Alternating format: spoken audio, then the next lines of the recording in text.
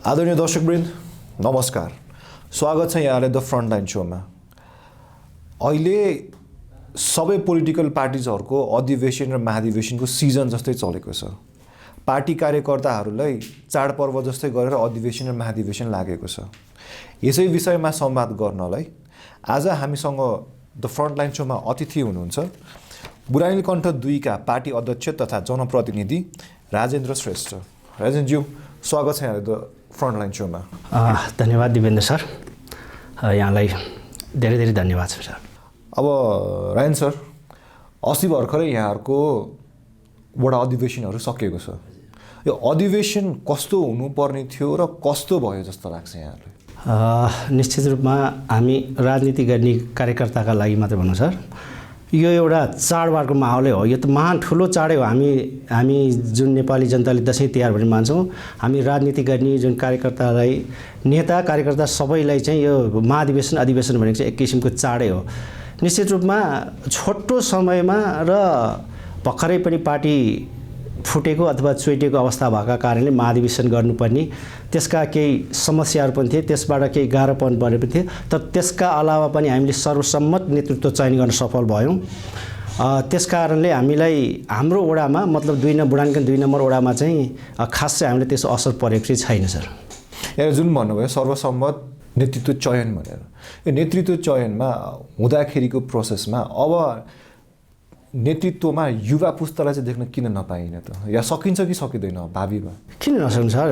जस्तो अब म जस्तै युवा पनि, अहिले म पनि युवा नै छु। अब राजनीतिप्रति चाहिँ जुन ब्रिटिसमा भएका युवा पुस्ताहरूलाई चाहिँ राजनीतिप्रति चाहिँ आकर्षित गर्नको लागि मैले चाहिँ विभिन्न योजनाहरू बनाएर, जुन राजनीति भनेको चाहिँ एउटा पोलिटिक्स भनेको चाहिँ एउटा डटी गेम होइन, यो चाहिँ राज्यको एउटा नीति हो। र कुनै पनि कार्यको लागि राजनीति बेगर चाहिँ हामी आउट बस्नै सक्दैनौँ। त्योसँग चाहिँ हामी सरकार राख्ने नै भएको कारणले अहिले युवा पुस्ता पनि अझ विशेष गरी भन्नुहुन्छ नि तपाईँ, अहिले नेकपा एमालेप्रति चाहिँ एकदम आकर्षित भएर अहिले लगभग 20-22 वर्षदेखि 30 वर्षको रेन्जको हाम्रा विद्यार्थी भाइ बहिनीहरू, युवा पुस्ताका भाइ बहिनीहरू चाहिँ अहिले एकदम यो राजनीतिमा सक्रिय भएर लागिरहेको र यसको लागि चाहिँ पार्टी सदस्य लिएर चाहिँ पार्टीले सघाउँछु, पार्टीको नेतृत्वमा पुग्छु भनेर चाहिँ अडान राखेर हिँडिरहेको अवस्थै छ सर। अहिले सर, अधिवेशनले तहगत नेतृत्वको चयनमा कस्तो स्थितिमा पुर्याएको छ?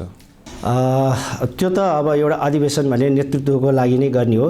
नेतृत्वको लागि त्यसले त एउटा जुझारुपन, एउटा युवा मैत्री, प्रविधि मैत्री, समय सापेक्ष तरिकाले अधिवेशन गर्नुपर्ने गरेको हुनाले चाहिँ यसले चाहिँ जनमानसमा चाहिँ नेकपा एमालेको क्रेज चाहिँ अझै बढेको नै देखिएको छ सर अहिले एकदमै।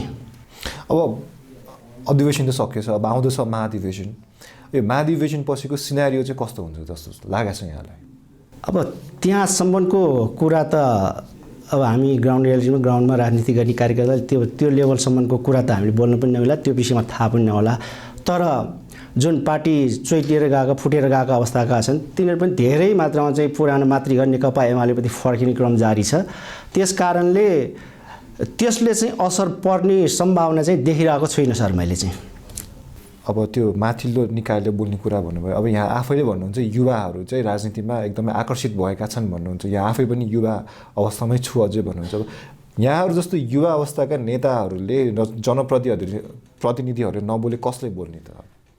यो माथि महाधिवेशनको कुरा बोल्नुभयो, मैले शाखाको आफ्नो यो नगर अधिवेशन र वडा अधिवेशनसम्मको कुरा चाहिँ हाम्रो आफ्नो क्राइटेरियामा, आफ्नो जिम्मेवारीमा, दायित्वमा पर्ने भएको कारणले युवा नेतृत्व चाहिँ के भन्छन् भने अहिले नेतृत्व चाहिँ युवा पुस्तालाई, युवा पिँढीले चाहिँ हाँक्नुपर्छ। अहिले चाहिँ अब यी एक किसिमले अब उमेर भइसक्नु भएका कमरेडहरू उहाँहरू हुनुहुन्छ, उहाँहरू चाहिँ एउटा सम्मानित भएर बसेर नेतृत्व तह चाहिँ अब युवा पुस्तान्तरण हस्तान्तरण गर्दै जानुपर्ने छ भनेर चाहिँ अहिलेको युवाहरूको चाहिँ जुझारु आवाज नै छ।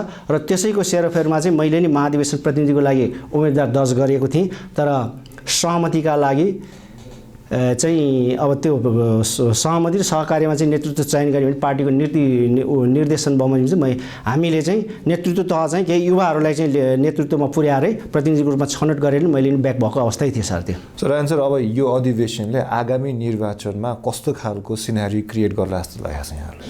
अब नेतृत्व तह भए अधिवेशन पश्चात चाहिँ यसले सिनारी त निकै राम्रो एउटा बिहानी पखकोले चाहिँ दिउँसोलाई के देखाउँछ भने जस्तो त्यो बिहानी पख चाहिँ राम्रो देखिरहेको छ सर। यसले सिनेरियोले चाहिँ नेकपा एमाले र हामी जस्तोको चाहिँ युवा भविष्य चाहिँ उज्जवल नै देख्छु नेकपा एमालेभित्र सर मैले चाहिँ। तर यहाँ जुन भन्नुभयो अब नेकपाभित्र उज्जवल भविष्य देखाएको छु भनेर, अब यहाँको त पार्टी पनि फुटेर गयो।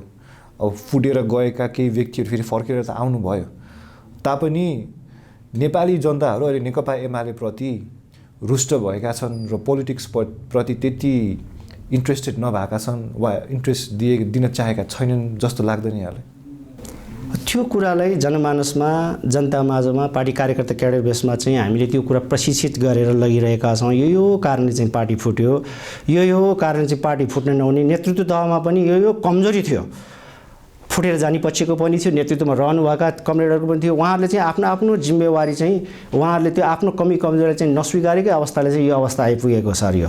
तर स्वाभाविक रूपमा नेतृत्व तहको लागि चाहिँ अहिले हामी जुन यहाँले भन्नुभयो कि अब अधिवेशन पश्चात चाहिँ यहाँहरूको कार्यदिशा के भन्ने कुरा, यहाँले चाहिँ हाम्रो उज्जवलै भविष्य देखिरहनु भएको छ। हामी चाहिँ विकास निर्माणदेखि लिएर जनमानसमा हामीले पार्टीले लिएका अडानहरू र नेकपा एमाले जुन अहिले राष्ट्रियताका पक्षमा लिएका अडान छन् अहिले देखिरहनु पनि भएको छ नि सरले। अहिले जुन सारा नेपाल भएका मेजर पोलिटिक्स पार्टीहरू एकातिर छन् भने अहिले सिङ्गो नेकपा एमाले चाहिँ एक्लै चाहिँ लड्ने जनतामाझमा जानलाई चाहिँ ऊ आतुर भएर चाहिँ एकदम तयार भएर हामी जस्तो कार्यकर्ताहरू चाहिँ त्यो काँध थाप्नलाई तयार भएर बसिरहेकै छौँ सर। ठिक छ, त्यसो भए हिजो अधिवेशन अगाडि हिजो पार्टीको अवस्था कस्तो थियो र आउँदा दिनमा कस्ता होलान् र आजको अवस्थामा के छ त? यो फुटको पछि प्रभावै पर्दैन, केही हुँदै होइन भन्न त म पनि भन्न चाहन्न सर। यो एउटा सबै झुट नै हुन्छ यो कुरा भन्नु। केही न केही प्रभाव त पर्छ, तर मेरो वडामा शाखामा भने बुढालिकन 2 नम्बर वडामा भन्ने हो भने त्यो फुटको असर चाहिँ एकदमै न्यून 100% पनि छैन। त्यो पर्सेन्टको हिसाब गर्ने हो भने छँदा पनि छैन। मसँग भएको सङ्गठनात्मक संरचना अनुसार चाहिँ हामी कहाँ अहिले लगभग 2-3जना साथीहरू चाहिँ उता फुटेर गएको पक्षतिर चाहिँ लागेको अवस्था मात्र छ। हामीसँग हिजो 54 सालदेखि नै पार्टी फुट्दाको अवस्थादेखि नै त्यो विरासत चाहिँ हाम्रो त्यो ठाउँको तत्कालीन चपली भद्रकाली गाविसको अवस्था चाहिँ र अहिलेको बुढालिकन 2 चाहिँ त्यो फुटको पक्षमा चाहिँ नलाग्ने, पार्टीले लिएको नीति र निर्देशन जुन छ त्यसैको पछि मात्र लाग्ने, एउटा व्यक्तिभन्दा पनि एउटा सिद्धान्त र नीति कार्यनीतिको पछि लाग्ने चाहिँ हाम्रो रहेको छ सर। यहाँ त पार्टीको वडा नम्बर 2 को पार्टी अध्यक्ष पनि हुनुहुन्छ होइन? अब यहाँ एज अ पार्टी अध्यक्ष यहाँले कति युवाहरूलाई पार्टीको सदस्यता वितरण गर्नुभयो त? मैले दिवंशलाई अहिले पनि भने म पार्टी अध्यक्ष भएर अहिले अस्ति 6 गते कार्तिक 6 गतिको अधिवेशनबाट निर्वाचित भएपछि त्योभन्दा अगाडिको अवस्था मेरो जिम्मेवारी चाहिँ नेकपा हुँदाखेरि पार्टी सचिवको हैसियतमा म जिम्मेवारी थिएँ। त्यो अवस्थामा पनि मैले युवा माझमा चाहिँ राजनीति भने यो हो, यसरी गर्नुपर्छ, यस्तो भने युवा पिँढीलाई एक किसिमको एउटा क्रेज बनाइसकेका थिएँ र म एज म जनप्रतिनिधि भएका कारणले जनताको जुन घर दैलोमा जाने सबै कुरा जनताका समस्याहरू पनि त्यस विषयमा पनि जानकार भएका कारणले मलाई निकै नै सजिलो पनि भएको थियो। र अहिले युवा पिँढीलाई मैले भने अब भर्खरका हाम्रो 22-25 वर्षदेखि लिएका यो ट्रेन एजर भाइ बहिनीहरू चाहिँ अहिले नेकपा एमालेप्रति यो हामीले लिएको नीतिप्रति र हामीले गरेका गतिविधिका कारणले चाहिँ एकदम आबद्ध भएर नेकपा एमालेप्रति प्रतिबद्ध भएर चाहिँ अब हामी पनि अब नेतृत्वमा आउँछौँ है भन्ने किसिमले चाहिँ लागिरहेको अवस्था छ सर। अब चाहिँ जो युवा पुस्ता छन्, जो यहाँले भन्नुभयो 20-22-25 वर्षका युवाहरू छन्, उहाँको भावनाहरू कस्तो छ त? उहाँहरूको भावना, उहाँहरूले गहिरिएर यो पार्टी विषयमा चाहिँ अलि त्यति साह्रो बुझिन नसक्नु भएकोले पार्टी फुट्यो। हिजो केपी ओलीले लिएको यस्तो राष्ट्रियताका अडानले चाहिँ यस्ता नीति नियमले जुन चुच्चे नक्सा प्रकाशित गर्नेदेखि लिएर लिपुलेखको फिर्ता लिएर आउनेदेखि लिएर जुन यो तत्कालीन अवस्थामा भएका नाकाबन्दीलाई जुन नेपाली जनताको सहयोगले जुन सामना गर्यो, त्यो कारणले पनि एउटा यो देशको एउटा सच्चा राष्ट्रवादी शक्ति भनेको चाहिँ नेकपा एमाले नै रहेछ भन्ने कुरा चाहिँ ती युवा पिँढीले चाहिँ एक किसिमले चाहिँ त्यो क्रेज भएर नै अहिले एमालेप्रति चाहिँ आबद्ध भएर आकर्षित भएर आइरहेकै छ सर। त्यो चाहिँ यहाँले देख्नुभएको छ अहिले जनताहरू आकर्षित भएको कतिको महसुस गर्नुभएको छ? जनताको पीडा कतिको महसुस? जनताको पीडा त अहिले पार्टी जुन दिएको म्यान्डेट बेगर चाहिँ पार्टीका नेतृत्व तहमा रहनुभएका कमरेडहरूले जुन यो 5 वर्षलाई दिएको म्यान्डेटलाई त्यसका अलावा चाहिँ तोडेर विभिन्न गठबन्धन गरेर अहिले देखि पनि रहनु भएको छ।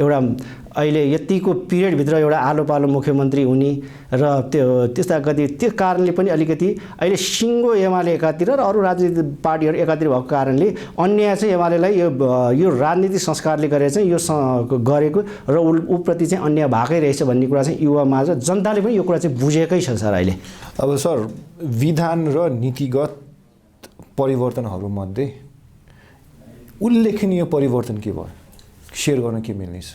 विधानमा सर हजुरको अब गत 15देखि 17सम्म गोदावरीमा विधान अधिवेशन भए पश्चात विधानले गर्नुपर्ने विधान अधिवेशनको बेलामा विधानको सम्बन्धमा चाहिँ नीतिको विषयमा चाहिँ त्यही त्यो छलफल पश्चात चाहिँ त्यहाँ विधान बनिएकै छ। यद्यपि त्यो कति कुराहरू अब एउटा समयअनुसार परिमार्जित हुँदै जाने कुरा पनि हो, त्यो परिमार्जित हुँदै पनि जान्छ। आज एउटा परिस्थिति छ, भोलि अर्को परिस्थिति होला, त्यो परिमार्जन हुँदै जाने कुरा। तर युवालाई आकर्षित गर्ने खालको अझै पनि केही न केही कार्यक्रमहरू चाहिँ छुटेको छ। त्यो कार्यक्रम ल्याउन चाहिँ हामीले चाहिँ अब आउने यो 10औं महाधिवेशनलाई चाहिँ त्यस्ता किसिमका कार्यक्रमहरू लानलाई चाहिँ नेतृत्व तहलाई चाहिँ हामी दबाब दिनेमा छौँ। नेतृत्व तह कुन चाहिँ व्यक्ति र कुन चाहिँ कोर्सतिर ढल्केको देख्नु भएको छ यहाँले? नेतृत्व त अब स्वाभाविक रूपमा कोर्स त अब आफ्नो तरिकाले आफूले लिएको सही बाटो, मैले लिएकै बाटो सही भन्ने कुरा त नेपाली राजनीतिमा अहिलेसम्म देखेकै त्यही नै हो। यद्यपि त्यसका अलावा पनि अहिलेको राष्ट्रिय राजनीतिको परिप्रेक्ष्यमा चाहिँ मैले र मेरो जुन मसँग लाग्ने कार्यकर्ताहरूले, मेरो पछि भएका कार्यकर्ताहरूले देखेको चाहिँ अहिले लिएको चाहिँ नेकपा एमाले लिएको अडान चाहिँ एकदम सही छ। यो चाहिँ ठिक छ। यो देशको लागि चाहिँ यसले आधारभूमि चाहिँ यसले तयार गरिएको छ। विकास निर्माणका संरचनाहरू पनि धेरै कुरा भएका छन्, धेरै कुरा गर्न खोजिएको थियो। तर यद्यपि पार्टीका आन्तरिक रूपले कचिङ्गलका कारणले धेरै कुरा गर्न नसकेको पनि स्वीकारेको छ। जुन कुरा हुन नेकपाले लिएको अडानले भन्नुपर्ने कस्ता खालका अडानहरू भन्न खोज्नु भएको यहाँले? अब अडान भन्नाले सर अब स्पष्ट रूपमा हिजो लिएको राष्ट्रियताको अडान, जुन नाकाबन्दीलाई अरू राजनीतिक पार्टीहरूले एउटा खुल्लमखुल्ला चाहिँ यो फलानु देशले चाहिँ नाकाबन्दी गर्यो भनेर भन्न नसकेको अवस्थामा चाहिँ हाम्रो पार्टी नेकपा एमाले चाहिँ तत्कालीन अवस्थामा पनि चाहिँ यो नाकाबन्दी चाहिँ भारतद्वारा भएको हो, यसलाई नाकाबन्दी नै हो भन्ने किसिमले चाहिँ जनतालाई बुझाएर जनताको जुझारु साथ र समर्थनले चाहिँ हामीले नै लगभग 2 महिना त त्यो बाटो ग्यास नहुँदाखेरि, पेट्रोल नहुँदाखेरि हामी हिँडेर एक आपसमा सहयोगी भावना लिएर पनि हामी एउटा मोटरसाइकलले कोही बाटोमा कोही मान्छे भेट्यो भने हामीले बोकेर उनलाई गन्तव्यसम्म पुर्याउने त्यो अवस्थासम्म गरेका थियौँ। त्यो कारणले पनि त्यो कुरा पनि त्यो गरेको पनि त पार्टीप्रति समर्थन गरेकै हो नि सर। त्यो पार्टीप्रति समर्थन गरेको कि नेपाली जनताले एकअर्कालाई मद्दत गरेको रूपमा हेर्नु? त्यो स्वाभाविक रूपमा पार्टी र सरकारले मद्दत गरेकै हो। त्यो सरकारले एक किसिमको नागरिकको हैसियतले नागरिकको दायित्व पनि हो त्यो गर्ने। नेपाली नागरिकले चाहिँ त्यो दायित्व चाहिँ पुरा गरेकै हो सर। त्यसो भए जुन यहाँले कुरा गरिराख्नु भएको छ, नेकपा एमाले जनतालाई धोका दिएन र, किनकि केपी शर्मा ओली तत्कालीन प्रधानमन्त्रीले कोभिडको अवस्थामा बेसार पानी खाएर बस भन्दाखेरि पनि जनताले ताली बजाइदिएकै हुन्, तर खै जनताले त के पाएन नि त। अब त्यो कुरा पनि दिपेन सरले भन्नुभएको जस्तै बेसार पानी खानु पनि एउटा लजिकल थियो नि त। त्यो पनि अहिले हामी चाहिँ कस्तो चाहिँ मानसिकतामा भयो भने त्यो व्यक्तिले चाहिँ भनेको कुरा केही मन पर्यो भने त्यो बेसार पानी खाने भनेर चाहिँ बेसमरी गाली गरी मिडियामा आएर बेसमरी गाली गर्ने, सञ्चार माध्यममा आएर गाली गर्ने, भरे गएर बेलुका आएर म आफै पनि खुसुक्क त्यो बेसार पानी खाएरै बसेको हो। हजुर हामीले पनि गऱ्यौँ होला नि त त्यो कुरा। हाम्रो एउटा सैद्धान्तिक, हाम्रो एउटा परम्परागत, हाम्रो पुरातनवादी संस्कारले पनि त्यो कुरालाई प्रमाणित गरेकै देखियो नि त। आखिरमा आज हामीले यो कोभिडको बाजा बट्नलाई हामीले तातो पानी खाने, बेसार पानी खाने भनेर त धेरै कुरा यो प्रमाणित रूपमै पनि त आएको छ नि सर। यो त देखेकै पनि छ, गरिएकै पनि हो नि। ठिकै छ। पार्टीमा अहिले कार्यकर्तामा महाधिवेशन त चाडपर्व जस्तै गरेर लागेको छ, यो यहाँले पनि स्वीकार गरिसक्नु भएको छ। तर यो अधिवेशन पश्चात चाहिँ नेपाली जनताले के अपेक्षा राख्ने त पार्टीसँग? नेपाली जनताले अपेक्षा राख्ने पार्टीसँग भन्नुभएको छ। पार्टीसँग चाहिँ स्वाभाविक रूपमा देशलाई एउटा अहिले जुन नेकपा एमाले लिएको समाजवादको आधार छ, त्यो समाजवादलाई लाने आधारहरू तयार गर्ने हो। त्यसको सिम्टम चाहिँ त्यसको सिनेरियोटी राज्यतिर देखाउँदै जाने नै हो। त्यो देखाउँदै जाँदाखेरिको अवस्थामा राज्यले ती नेपाली जनतालाई र पार्टीले स्वाभाविक रूपमा आफूले लिएका निर्देशनहरू चाहिँ अडानका साथ कार्यान्वयन गर्दै जनतामाझ यो कुरा चाहिँ बुझाउँदै जानु नै पर्ने छ। यो कुरा धेरै कोर्स परिवर्तन र नेतृत्व छैन भएर पश्चात चाहिँ त्यो कुरा चाहिँ हामी जस्ता कार्यकर्ताहरूलाई प्रशिक्षित गर्ने हुनेछ। त्यही प्रशिक्षित अनुसार चाहिँ नयाँ नेतृत्वले आएको कार्यनीति अनुसार हामी चाहिँ त्यो कुराहरूलाई कार्यान्वयन गर्दै नेपाली जनतामाझ फेरि पनि जाने नै छौँ। अबको महाधिवेशन पश्चात अब इलेक्सनको सिजन पनि सुरु हुँदैछ। इलेक्सनमा चाहिँ नेकपा एमाले के एजेन्डा लिएर जनता माझ जाने? किनकि हामीले आम नेपाली जनताले बाहिरबाट हेर्दाखेरि त भाताभुङ्ग देख्छौँ हामी त पार्टी त। भत्ताभुङ्ग त अब नेपाली राजनीतिमा अहिले कुनै पनि पार्टी आन्तरिक खिचौलोबाट चोखो भएको छुटिएको चाहिँ देखिएको छैन। तर हामीले लिएको जुन यो निर्वाचनको सिस्टम पनि अलिकति त्यसभित्र पनि केही न केही कमी जस्तो चाहिँ देखिएको छ अहिले। जुन हाम्रो कमी नै हाम्रो सिस्टम नै अहिलेसम्म भन्ने नै हो भने हाम्रो संविधानले त यो भएको निर्वाचन प्रणाली पनि कुनै पनि पार्टीको बहुमत नआउने सिस्टमै छ, जसको समानुपातिक प्रणालीहरू छ। अब ती समानुपातिक प्रणालीहरूले गरेर पनि पार्टीले जुन नेतृत्वमा हुनुपर्ने नेतृत्व चाहिँ त्यो ठाउँमा नपुगी समानुपातिक गरेर यो समीकरणको सरकार बन्नुपर्ने अवस्था त्यस्तै बन्नुपर्ने अवस्था नै हो नि यो त। त्यो कारणले पनि पार्टीप्रति चाहिँ जनतालाई आबद्ध गराएर अझै हामीले लिएको नीति निर्देशन र इलेक्सनको माध्यममा चाहिँ अब पार्टीले लिने अडान भनेको यो नेतृत्व पश्चात चाहिँ अहिले नयाँ उसले निर्देश गरे बमोजिममा हामी त्यो पार्टीले लिएको अडानलाई र त्यो देखाएको जुन एजेन्डालाई हामी त्यो माझ जनताले लिएर आउँदो निर्वाचनको सङ्घारमा, यद्यपि हामीले अहिले पनि म एउटा जनप्रतिनिधि पनि भएको कारणले हामी यो बुढा नीलकण्ठको टोल गल्लीकुची सबै बुझेको जानेकै भन्नुभन्दा पनि म चाहिँ एउटा त्यो बुढा नीलकण्ठ नगरपालिकाको नगर स्तरीय अनुगमन समितिमा पनि भएको कारणले म बुढा नीलकण्ठको कुना काप्चा विकास निर्माणका गतिविधिहरू पनि नियाली पनि रहेका छु। जनताको जुन माग छ नि, जनताको आवश्यकता, त्यो आवश्यकतालाई पनि मैले नजिकैबाट महसुस गरेको कारणले हामीलाई चाहिँ अझ भने मलाई जुन भन्नुभयो नि बुढा नीलकण्ठ वडा नम्बर 2 को गल्ली गल्लीको जनताको महसुस गरेको छु भावना भनेर, त्यो भावनामा यहाँले जनताको रुष्टता र मर्मतालाई कतिको बुझ्नु भएको छ? भावना कतिको बुझ्नु भएको छ? बुझ्नुपर्छ।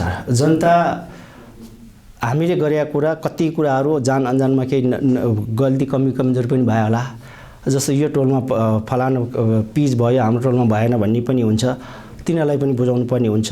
बजेटको मात्र क्राइटेरिया हुन्छ, लिमिटेसन हुन्छ, त्यो लिमिटेसनका प्राथमिकरण छनौट गर्नुपर्दा कुनै टोल विशेषमा चाहिँ अलिकति छुटेको पनि हुन्छ। तर यद्यपि बुढा नीलकण्ठ 2 नम्बर वडामा चाहिँ त्यस्ता किसिमका कुनै राजनीतिक दल विषयलाई बाइपास गरेर कुनै टोल विषयलाई बाइपास गरेर हामीले त्यस बजेट विनियोजन गरेका पनि छैनौँ। त्यहाँका जनताको आवश्यकता र औचित्यका आधारमा बजेट विनियोजन गरेका छौँ।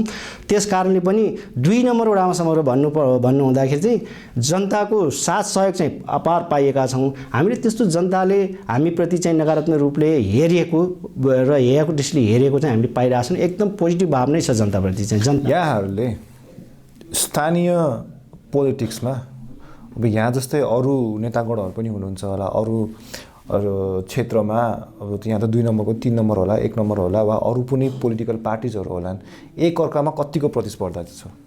प्रतिस्पर्धा हुने भनेको हाम्रो बुढा नीलकण्ठमा प्रतिस्पर्धै हुने नेकपा एमाले नेपाली काङ्ग्रेस नै हो।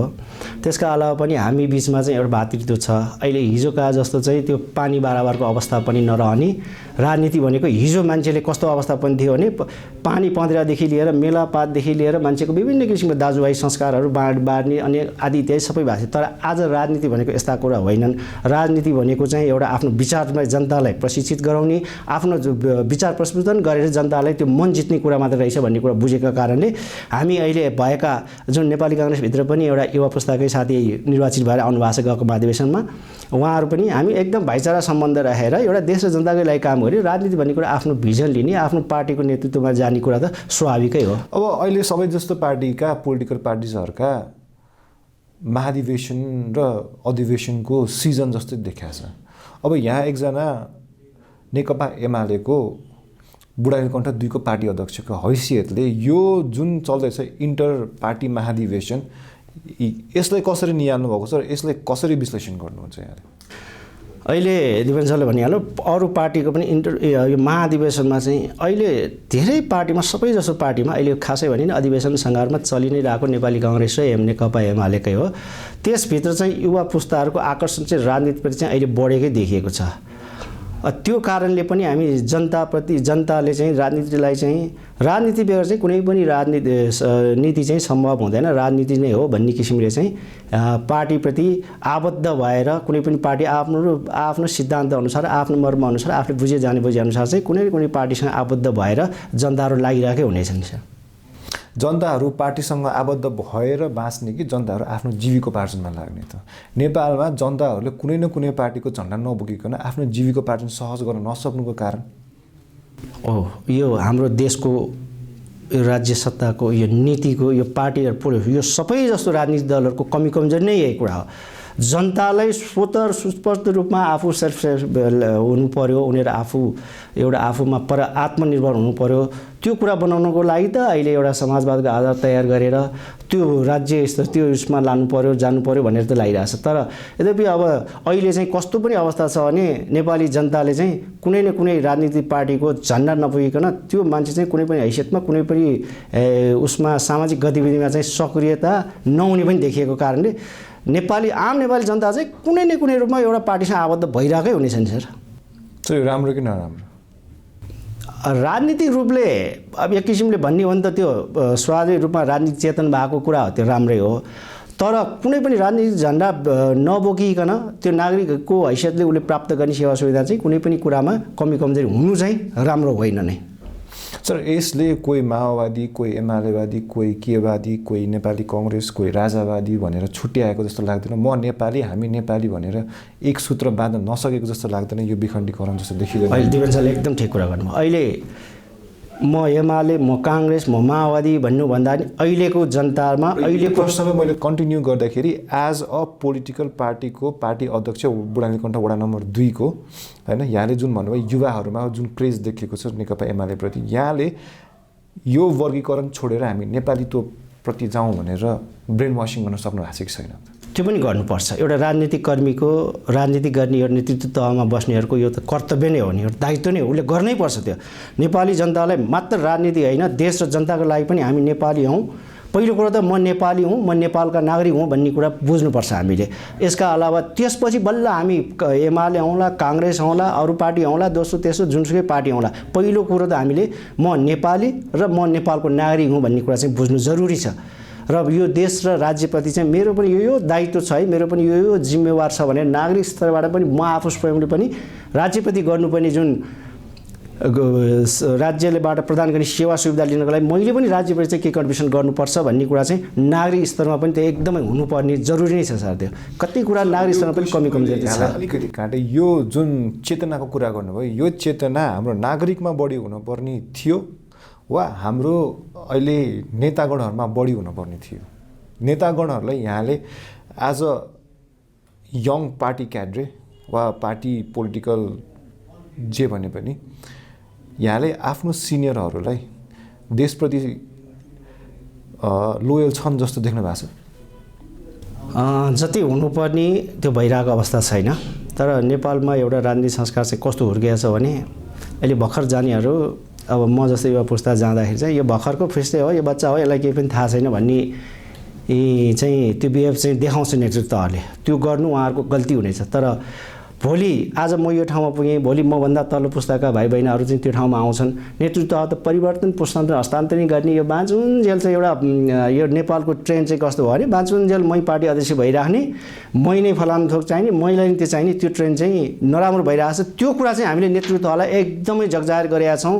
यो चाहिँ हामी यो ग्राउन्डमा बस्ने कार्यकर्ता र जनताहरूको माग चाहिँ यही हो भनेर हामी नेतृत्वलाई चाहिँ हामीले बुझाउने झकझकाउने कार्य चाहिँ गरिरहेकै छौँ। ठिक छ, नेतृत्व त उहाँहरू आफ्नो ठाउँमा हुनु, तर ग्राउन्ड लेभलमा पुगेर काम गर्ने त यहाँहरूले नै हो, राइट? अब त्यसमा यहाँहरूले नगर विकासमा कतिको साथ सहयोग दिनुभएको छ र जनताको कतिको इन्भल्भमेन्ट पाउनु भएको छ? साथ सहयोग त यो राजनीति गर्ने भनेको जनताकै लागि गर्ने भएकोले त्यो विकास निर्माणप्रति साथ सहयोग हुने नै भयो, हुन नै पर्छ।